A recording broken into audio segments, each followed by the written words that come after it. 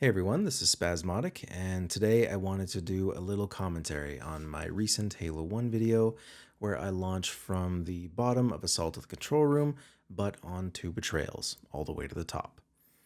So I had briefly considered making a short story video about this trick, but it has and may forever be my preference to adhere to low expectations and simply wave my mouse pointer around while I watch the main video. So I still believe I can go reasonably in depth into this trick, which I feel that it deserves, but it also requires it. I could only go into so much detail in the main video. It gets the point across nicely, but it's a sparse blueprint that doesn't really tell the whole story. And this story began almost 20 years ago exactly. So, way back in the yesteryear of 2003, when I first started tricking, I did what most newcomers do. I watched as many videos as I could find, and I tried replicating everything that I saw. And I was fascinated by everything the old legends did, but there were a select few tricks that really stuck with me. Watching people jump around the halo ring outside the Pillar of Autumn, for example, was certainly something that had an impact on me. Like, you cannot watch that and not feel wonderment. Now, among the many amazing things I watched these amazing people do, among the many amazing areas I watched them reach, there was one that truly surprised me and captured my attention, and that was the exploration of pulse generator number one on Assault of the Control Room. So this area exists at the end of AOTCR. You walk out onto that bridge at the end of the level, you turn to your right and look up, it's there. The pulse generator is simply behind a locked door, and something profoundly strange happens when you get inside. I experienced this for myself the first time I managed to pass through the door. To keep it on brand here, I was blinded by its majesty. Almost literally, the walls suddenly turned this pale white, and I was standing in a desolate, bright room that I was never meant to see. But the most incredible area that I ever saw was on Two Betrayals. At the end of the mission, your objective is to steal a Banshee and fly to the final pulse generator. Above the Banshees at that point is the first suspension bridge on AOTCR, and on the bridge is, of course, a locked door, and beyond that is the start of AOTCR. And this area remains one of the most stunning things I have ever seen.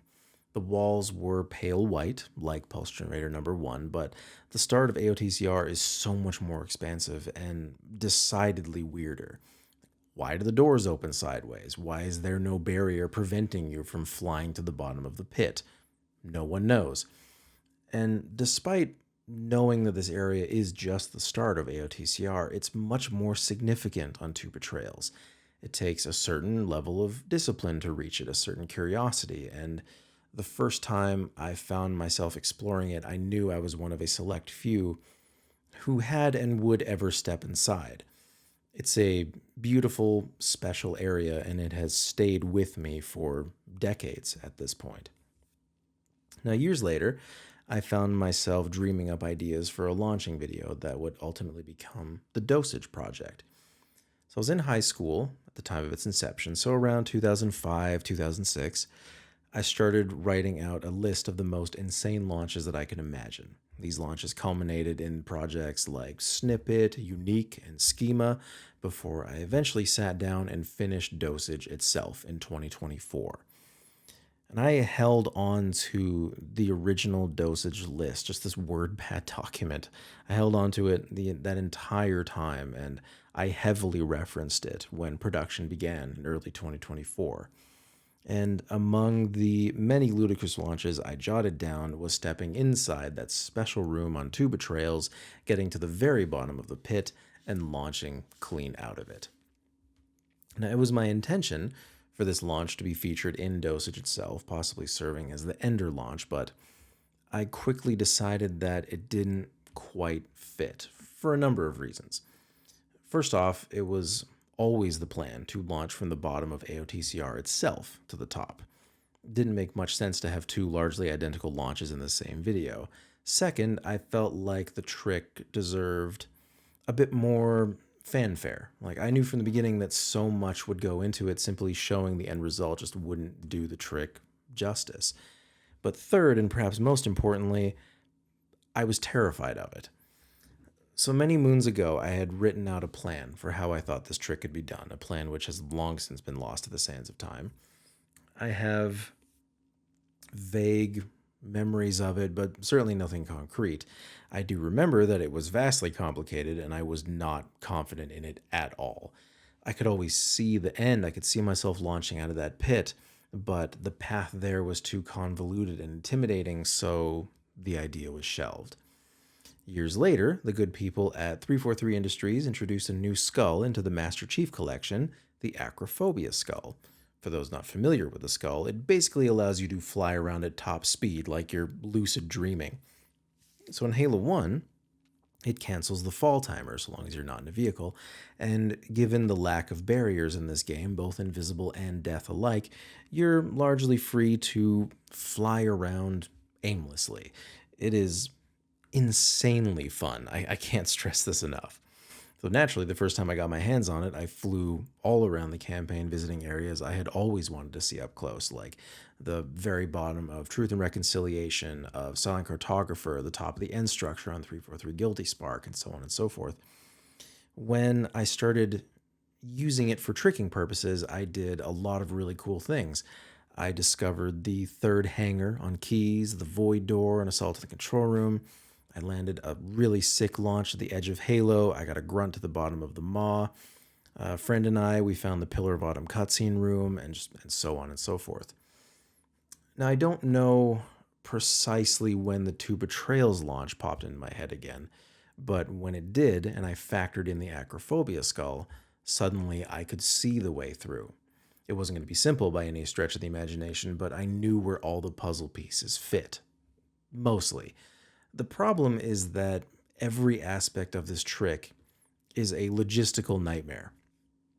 Now, under normal circumstances, when I want to land a launch, I pick a spot, I build a grenade pile, I get a checkpoint, and then launch away. This trick is much the same in spirit: make giant grenade pile, launch out of pit. I have caveman brain when it comes to this stuff. I'm far less sophisticated than you might think.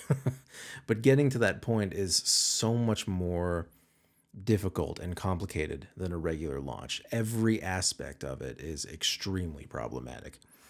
The first problem is getting a vehicle into the room itself. I'll just let the video play for a second here. Now, thankfully, getting a vehicle in there is relatively simple to do. The greatest tricker in Halo history, Miss Man, blessed us with the Banshee out of level technique to service this ambition. You will see this trick in action at multiple points throughout the video. Basically how it works is you position a Banshee next to one of the doors leading to a hallway. Almost immediately after player 2 crosses the load zone, player 1 enters the Banshee. And if you do this correctly, if you time it correctly, you are free to fly around void space. You simply enter solid space like this by just flying back through the wall. However, it doesn't do one much good to get a Banshee into the room if you then cannot get back out. Lest we forget, the door leading to the start of AOTCR is locked from both sides. Once inside, you have to reliably get back out repeatedly to build a grenade pile. To this end, a second Banshee, for me, needed to be placed as close to the door as possible, such that I would be able to enter it from the other side and exit the room. I say for me because there are methods to get out of the room using the Banshee itself, but I never really liked them all that much for something like this. This just made a bit more sense for the way I approach things. So, hey, beautiful, problem solved, we're moving right along, except not quite. So Banshees on this mission have a wonderful habit of disappearing forever. You need 2 that are guaranteed to never disappear. Now, the Banshee that spawns here on the Pulse Generator platform is one such Banshee. It's the only Banshee in this entire Citadel area that never despawns. So I use the Bool technique to bring it to the next section. You'll see that in a second here. Kind of see it in action. Player 2 has been across the load zone, and now I'm in void space. Now, before mentioning the location of Banshee number 2, I need to pause and explain how Two Betrayals itself is deeply problematic. It is possibly the most restrictive and certainly among the most annoying missions in the entire campaign. If you're familiar with Halo 1, you know this to be true. So, to give you an idea of what I mean, if you fly into this hallway too quickly after destroying the first pulse generator, or you jump over a specific line on the floor in the subsequent area, or you try and jump onto the other suspension bridge, no enemies will load for the rest of the mission. Perhaps even more troublesome is the fact that if you largely avoid the ramp that I showed at the start of the video there, functionally checkpoints just don't work for the entire mission. Luckily, both problems can be solved by simply walking and taking your time. I think more than your usual trick, you desperately need checkpoints for this trick. So, with checkpoints working, enemies loaded, and Banshee number 1 firmly into the next section here, I started gathering grenades for the eventual launch. I figured 48 would do. Don't ask me how I know that exactly, because I can't answer that in a wholly satisfying or logical way.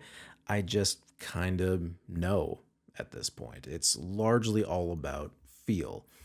I can tell you that I've always operated on somewhat of a scientific scale. So 7 grenades or so will get you on top of a blue beam tower comfortably. 30 grenades is typically enough to touch the ceiling of every map. So I used around 44 grenades to launch out of the pit on AOTCR, but given that a Banshee is heavier than Warthog, I felt an extra 4 would be sufficient. You can only carry 4 plasma grenades at a time, 4 per player, 8 per trip into the Abyss. That's 6 trips total. I really like even numbers. So the Pinata Skull helps enormously with the speed of grenade collection. You just punch enemies and they drop grenades, including enemies that don't normally drop grenades, like jackals and hunters. It is extremely handy and it makes things go so much faster. And fun fact, while we're in the area, Marines do not drop plasma grenades when you punch them, but if you get them angry first, then they do. The more you know. So after the grenades have all been collected and safely stored around the corner here, away from the Banshee pillar, away from wayward Hunter and Wraith shots, both of which set off grenade piles, delightfully, ask me how I know, we claim Banshee number 2. It is this specific Banshee here that no enemy ever pilots. If you clear out the area, only this Banshee will remain, which makes it easy to spot. Our goal now is to get both Banshees past the destroyed blast door at the bottom of the tunnel. Now, this is a classic case of pick your own poison.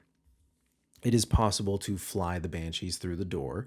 It's also possible to kind of squish the Banshees through with grenades and rockets. I prefer the Boole technique myself, as you can see.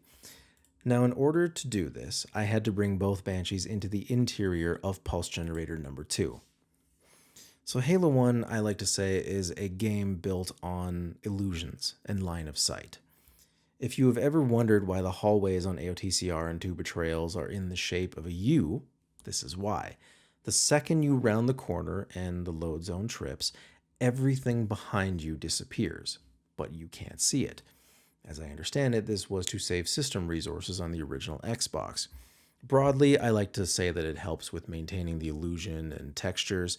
So the Halo ring on Halo, for example, largely disappears the second you get on top of the map. From the ground, you can see these trees dotting the horizon, this beautiful Halo ring, but when you get up there, you realize, oh, the trees are just this 2D piece of paper and the ring doesn't exist. So, if I executed a Boole by the door leading into Pulse Generator number 2, I would only ever have access to that area because that's the only one currently loaded. By doing it inside the room, I would have access to the area outside, the Banshee pillar, everything, this to include the area just beyond the destroyed door here. Now, this is possible for me to fly here because just past the door is this small playable area. I had to bring both Banshees here on a single checkpoint, which is not the coziest task in the world, but it's still somehow easier for me. Again, I cannot emphasize this enough. I am a caveman. So when the first Banshee passed out of the void here, remember for later, this is the void wall I'm going to be referencing. So So I passed through here and landed. I just had player 2 walk back through the load zone in the hallway to bring me back there. Then I performed another bool. After both banshees were past the door, I destroyed the pulse generator and made my way down the tunnel as per usual. You get a checkpoint in the hallway as you're leaving the pulse generator, and you get another one by the destroyed blast door. So everything I have done up to that point was officially locked in. Now comes one of the cruxes of the trick. So I started by flying one banshee over the pit in the center of the mission. It is really crucial you don't walk across the bridge at that stage because it loads this part of the mission properly, thus effectively ruining the trick. The first banshee is placed next to the locked door on the first suspension bridge. Banshee number 2 is then brought into the interior of pulse generator number 3. Luckily, the door leading to this area is not locked. However, if I fail this bool at this point, I have to revert back to the destroyed door and do it all over again. Not life-ending, but I would categorize that firmly in the discouraging column. I did manage to nail this bool first try, to my surprise. The trick is really to not attempt to enter the banshee too quickly. Doing this causes the banshee to fall through void space and become lost. Luckily, it did not happen. I flew into the hallway leading to AOTCR, and then I quickly checked the door to make sure that I could get back out. You don't want to be too hasty when you get into the hallway. If you proceed too fast and excitedly, you could come back after getting the banshee to the bottom of the pit and not be able to get back out. If the banshee isn't placed correctly at this stage, player 2 can always use acrophobia to fly over to the banshee and just push it a little bit more towards the door. Fortunately,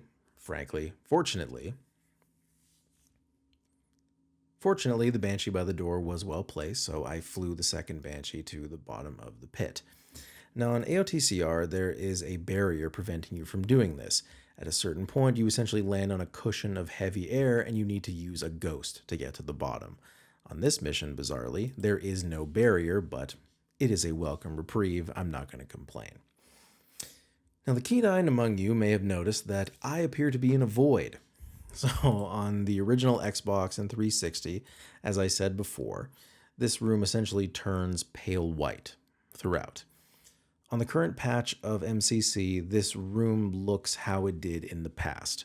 However, I am currently playing on the Season 8 down patch, and for some reason, on this version of the game, the room truly loses nearly all its textures.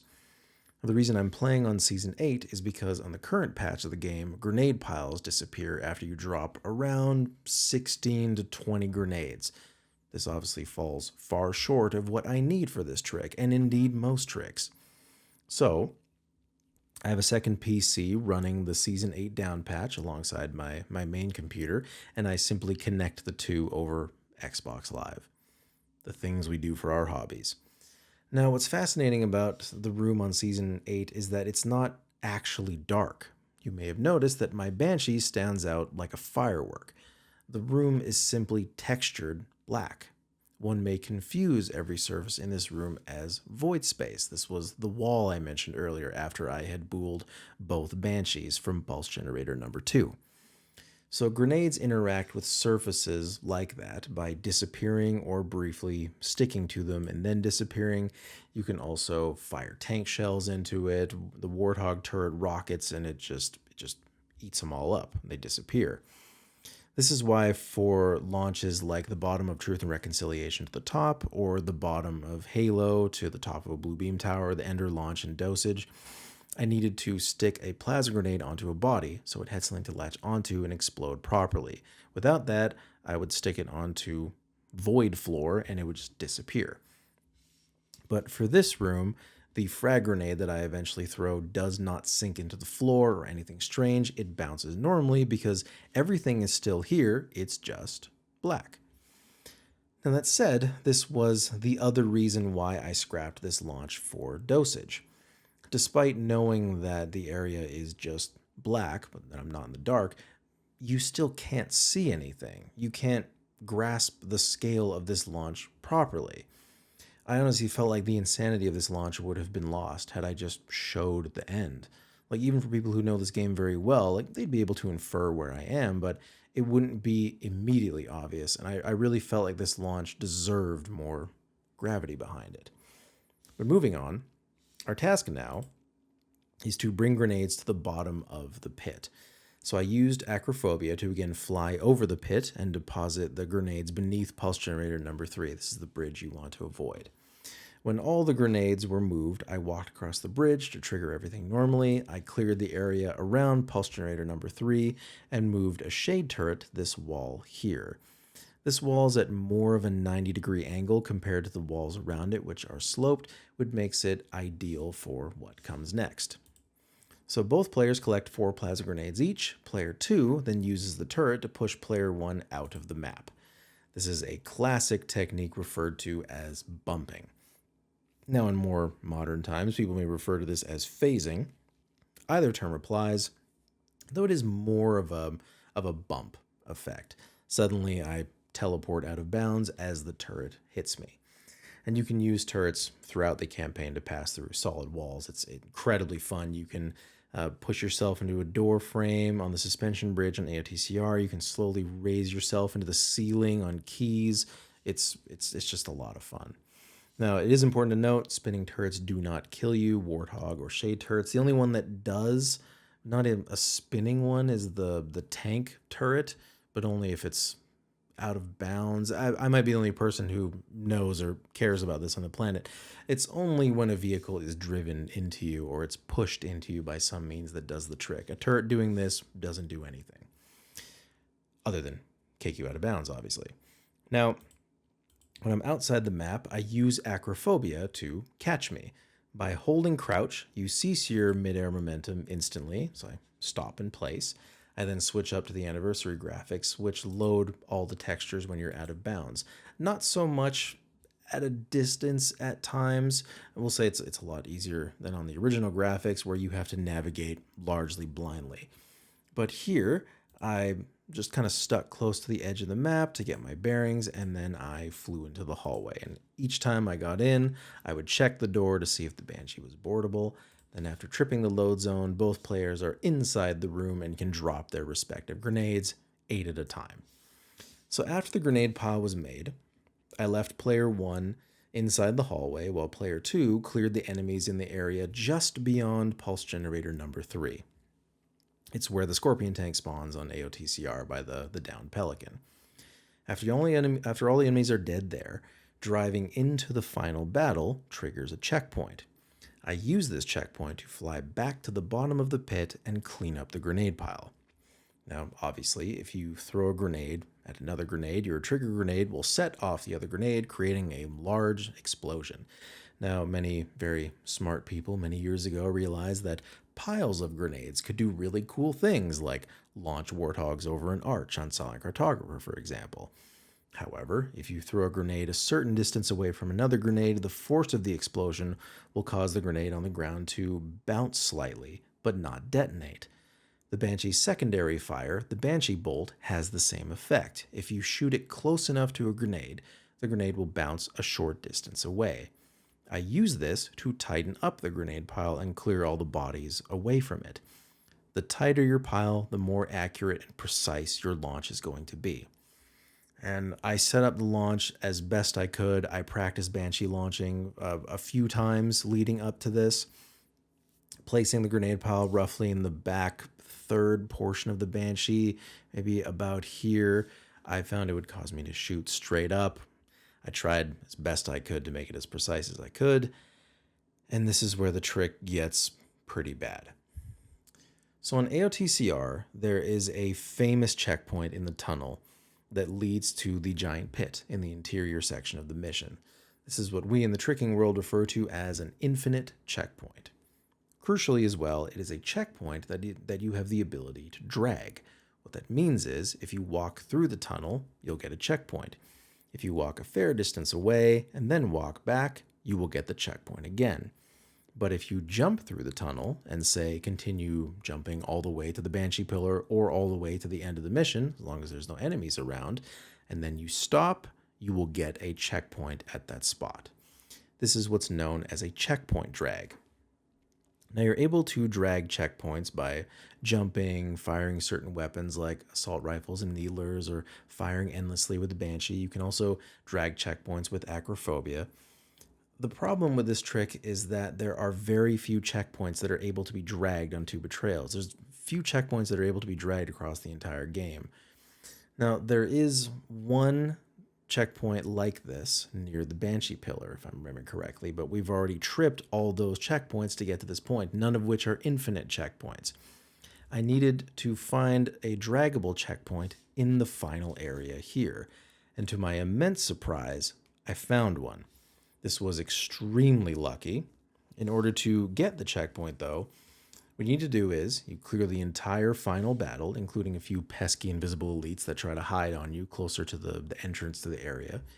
When you are confident that it is completely clear, player 1, who is still inside the hallway above, begins jumping. Player 2 gets in one of these banshees. This triggers the checkpoint, but player 1 begins jumping to drag it. Once player 1 crosses the load zone in the hallway, you cannot make any mistakes.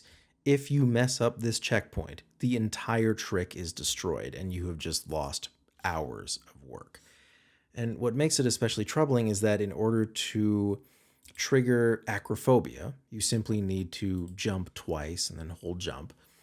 On Halo 1, if you hold jump, you jump in place endlessly, but with the skull active, I would just fly away. It's a bit too distracting to time jumping properly with player 2 while player 1 is setting up this launch. So eventually, I flew down the pit, still dragging the checkpoint thanks to acrophobia, before ultimately jumping a little bit on top of the Banshee. I did it all with player 1, just ignored player 2 entirely. And to my delight, the checkpoint triggered properly. Now, I didn't place the Banshee 100% correctly, sadly, but it is rare to place launches exactly correctly on the first try. So I was quite happy to blunt strike the Banshee forwards a few times. I didn't lose that much time per attempt. And I think landing the launch took me roughly 2 hours or so. I got close a few times. I hit the ceiling a couple times, but ultimately I got there. And making the ascent entirely in the dark was so surreal. And I wanted to use classic graphics for the ascent because anniversary graphics just made it look like AOTCR, and I wanted this to look very unique. But I wanted to use anniversary graphics for the landing. It was very close to clipping that ring there, by the way. Yeah, I wanted to use anniversary graphics for the landing so people would not only know where I landed, but that it was landed legitimately. The one issue I had slight trouble navigating mentally was the idea that acrophobia could reasonably be used as a crutch for this trick, certainly in terms of the landing. So there's an amusing trade-off with acrophobia. You are able to set up insane launches like this that you otherwise wouldn't be able to do conveniently, not easily. You're able to do things like this quite quickly. But the problem is that you don't have the ability to crouch land. So in Halo 1, if you crouch exactly when you land, it cuts fall damage significantly. But with acrophobia, as you may recall, you stop in midair when you press crouch. This would invalidate the launch. And I wasn't too worried about the ascent in the end. Launches are so ingrained in me that I cannot use acrophobia for it. It honestly just gets in the way. I am already setting up a precise launch with the sole purpose of landing in a specific spot. It wouldn't make any sense to use acrophobia for the ascent. Anyone familiar with launching in this game will tell you exactly the same thing. That being said, I have of course tried it. It's super fun, but the speed, the timing, the direction, everything is wrong when you use acrophobia. It's just awkward.